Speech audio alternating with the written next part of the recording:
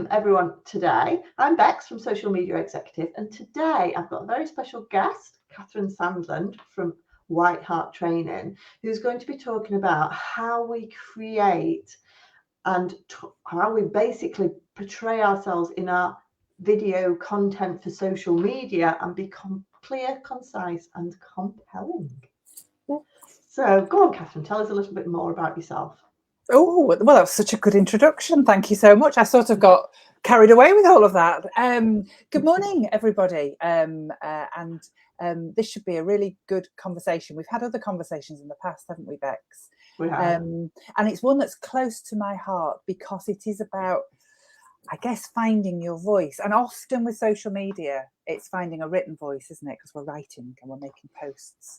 But actually, video is a very obvious way of finding your voice, actually using it, but also putting across what's really important to you, what you think people need to hear in a way that's very you, because we're all different, aren't we? Thank God.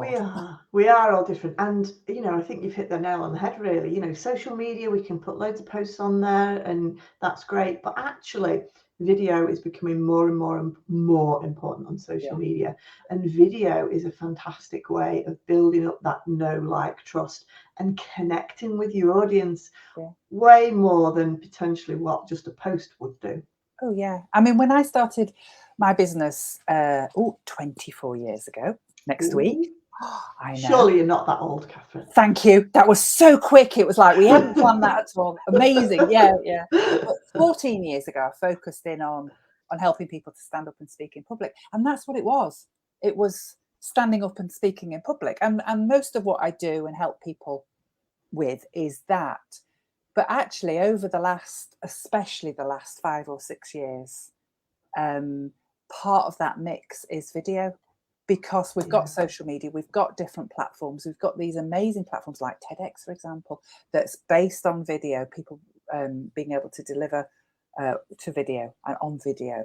And it's amazing because the reach of that is just way beyond. You know, I help people stand up and speak to groups of 5, 50, 500 people. And that's fabulous. And there is something very special about that.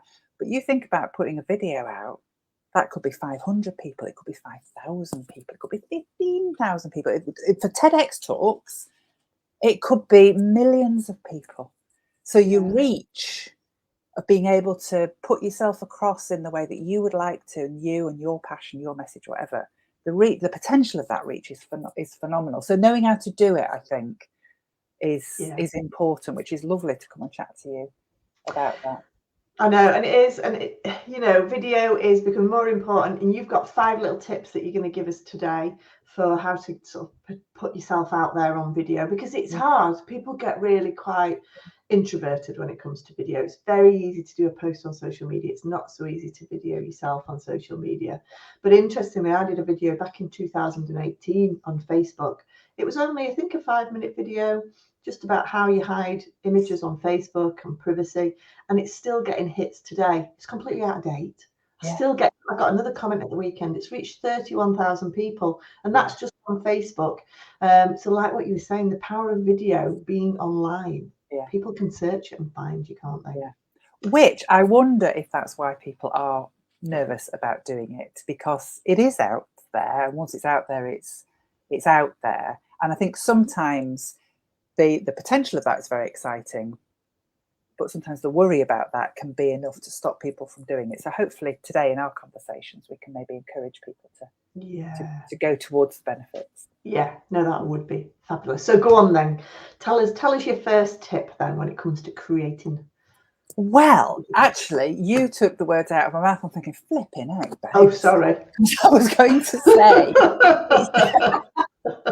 It's like we know each other, isn't it? And working the same sort of, it was really all about that know, like and trust, which is a sort of little mantra, isn't it? Especially for networking, people will come across that loads of times and we sort of mutter it together and we go, yeah, intellectually we understand that.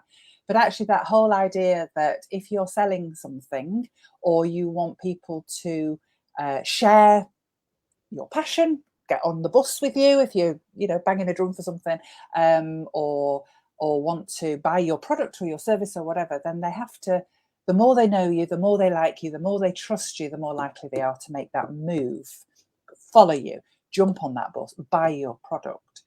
And video is a great way of doing that because, I mean, you are who you are on video.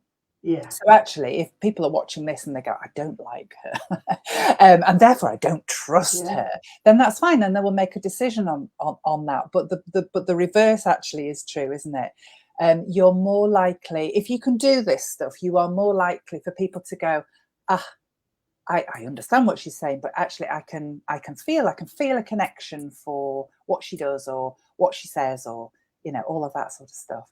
And I think perhaps for people watching this, particularly who've got a service that they're selling, one where people need to think about it. They're not going to shell out a load of money just because a post looks good.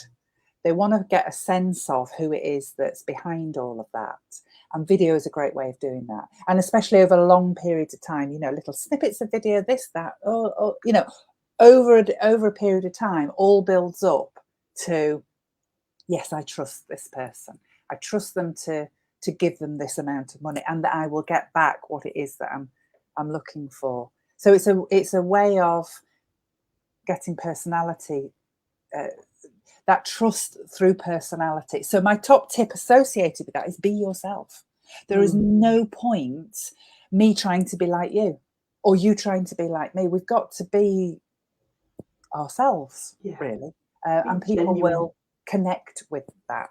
I think we can often tell if someone's not quite being themselves, and I don't mean that in a nasty way, because sometimes it's just that people think that they should be very professional, or sometimes they think that they should be so laid back and relaxed, and I'll just make this up as I go along, and there's usually somewhere in the middle, where it works, where you can get the zest and the essence of who you are, plus your information across, and then that's part of a bigger picture of people trusting you, especially if you're selling, but on that wider thing of persuading people, or come join my movement, or join me on my rally, or whatever it is. Yeah, it's interesting. I've just been going to college interviews with my daughter and presentations, and we went, she's looking at two. One was so scripted, so practiced, so refined. It came across as a bit disingenuine. Is that the right word? Whereas the other one, they got some students on that. It wasn't particularly rehearsed so much, but it was, it was relaxed, it was informal. And we thought, actually, this is a real feel. They weren't trying to give us that really hard sell. And actually, that's the one we went for. And isn't it the word that you used there was the feel of it. And we tend to think in terms of voice, it's the sound of it. It isn't. It's the feel that goes along with that sound. Do I feel like I'm connected? Do I feel like I need what you're saying? Do I feel like I trust you? So it's feels that sit underneath it, and that comes through being you. Yeah. Very interesting. Yeah. Good example. Yeah. So what's your next tip then? Right, she says, looking down on her list, one message per video, no more. That is a good tip. I think I know that people come to me and I don't know whether you find the same in the social flock, but people tend to come along, and what they try to do is they know a lot, obviously they know a lot, and they feel like they need to put it all in there because that makes them credible, because that's all they know and they're excited about and they're passionate about and everything. Yeah. And actually, once you try to put everything in a video, first of all, you'll end up with really long videos. And I think it was you that said to me, if you put video, especially on YouTube, if you put a long video up and somebody only watches the beginning of it, you don't get as much. I mean, this is like I know what I'm talking about, but I think the algorithms don't work in your favour. Whereas if you have a short, am I doing well? Percentage view time, yeah. So your percentage view time is a lot lower if you have a longer video and people only watch it for 30 seconds. Whereas if you put a minute video up, 30 seconds, they've watched 50%. Whereas 30 seconds of a 10-minute video, they've hardly watched any percentage. So that's great, isn't it? Because what that means is, content-wise, I'm thinking of people in the social flock, content-wise, that's amazing. If you've got loads to say, you could just do loads of little short videos and you get amazing figures because people watch all of that video. So that you get what your videos shown in front of more people more often, rather than try to do everything and it ends up being a 10-minute video and people don't watch. You know, however interesting it is, people don't tend to want to pay a lot of attention. And you lose that impact, don't you?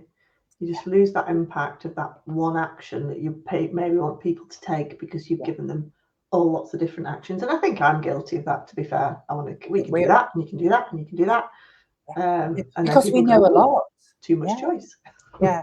And so I suppose the bit behind that, I mean, the point, the takeaway would be just have one thing per video and make it a short one.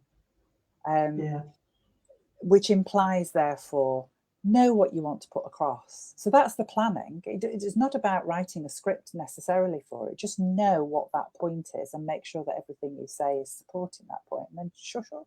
Yeah. No. Shush up. Yeah.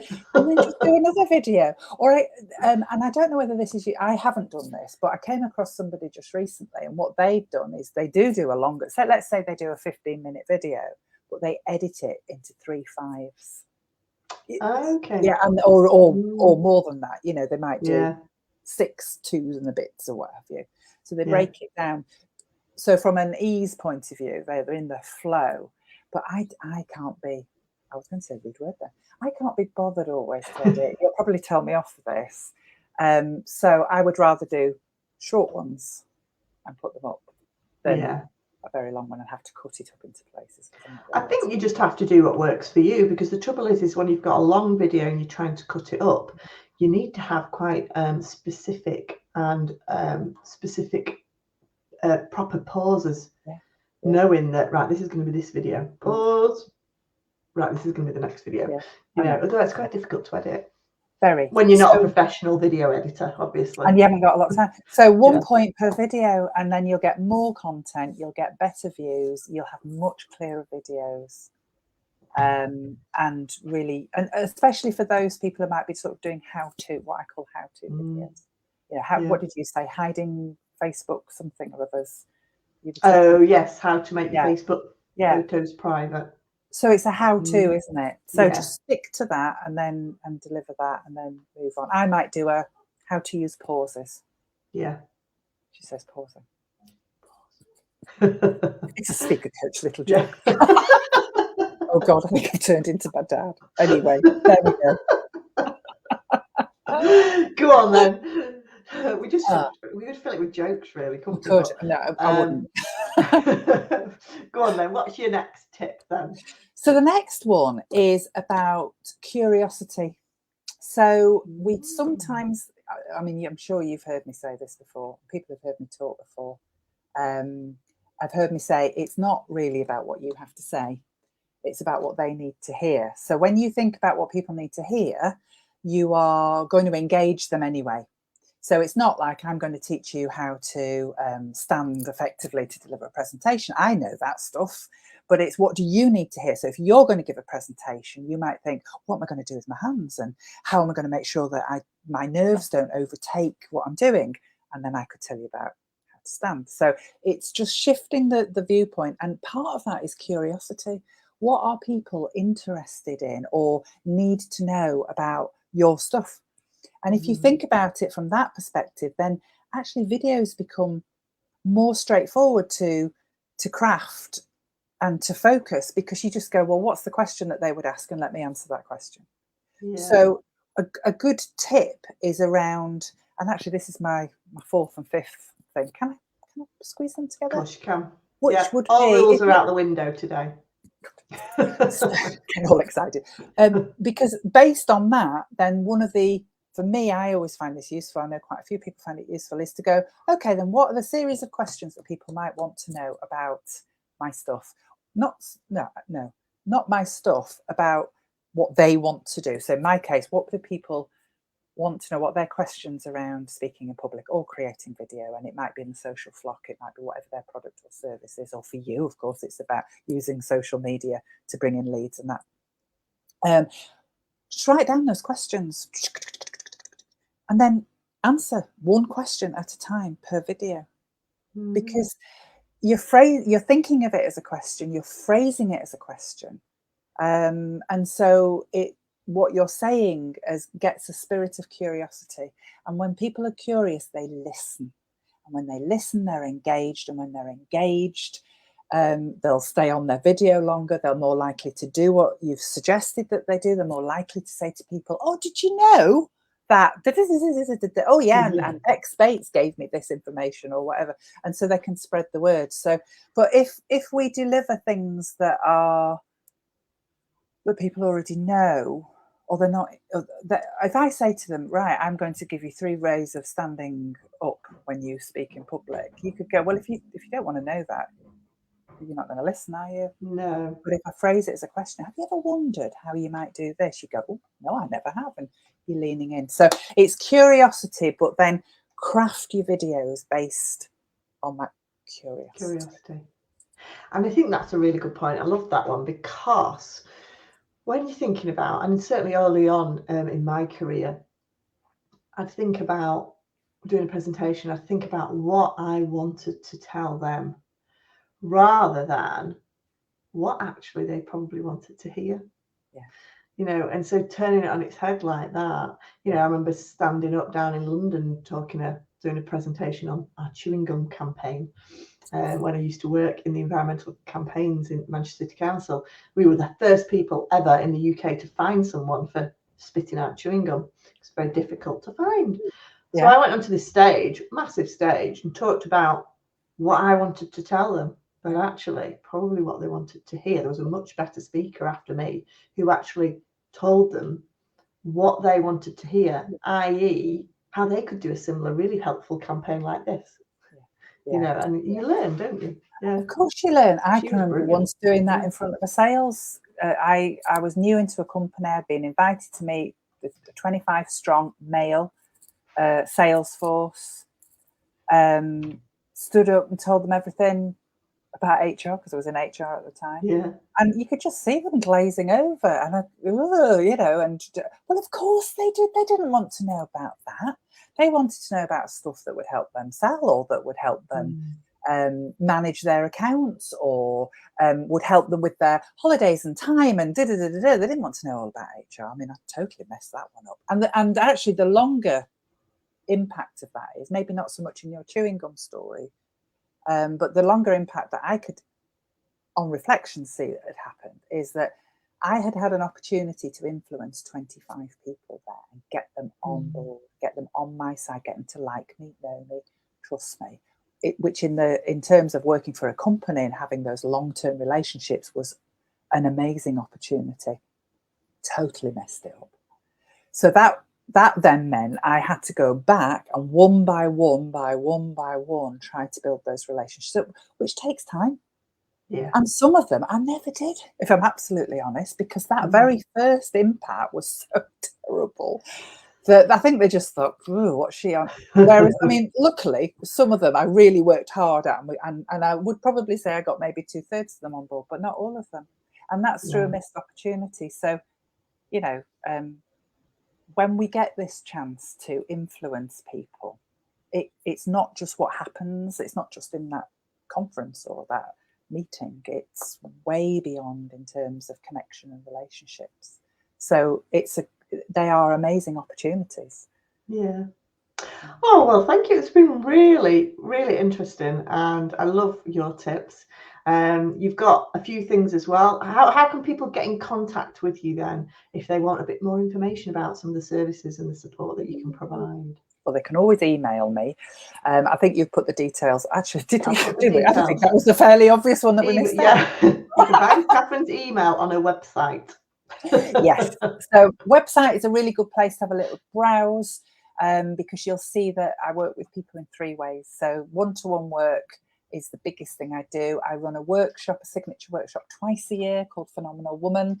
That's actually the one this year. The first one this year starts tomorrow, which is great. We've got the second and the last one of this year is booked in for September. So if there are people there looking for a workshop, they might want to check out the September one.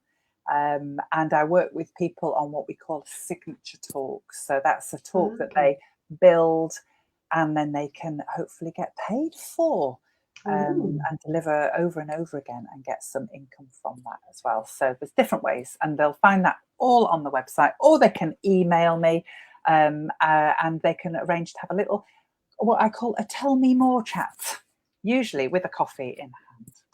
Oh, and don't you have a Facebook group as well? A free oh my Facebook God, group? I did. Yes, I have a, thank you. Sorry, I should have said that. So I have the White Hart Training, HART training, is a Facebook page, but actually I have a Facebook group called Talking Points, which is a little bit irreverent, a little bit informal, a little bit sometimes all stuff to do with talking, to do with words, to do with passion or whatever.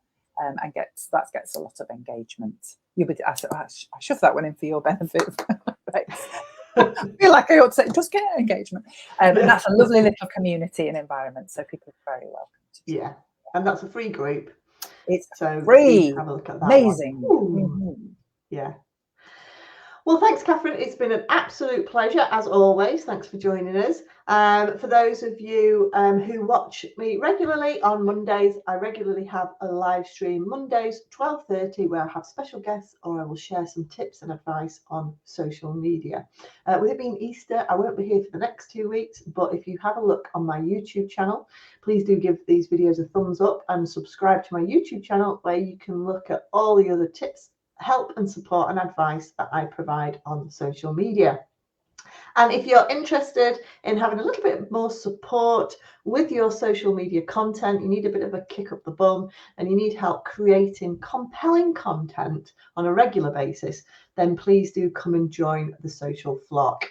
I'll put details here. It's only £45 a month to join, but we run loads of webinars, training events each month, and every Monday we come together on Zoom to write our posts together to give you that accountability to get your social media complete for the week.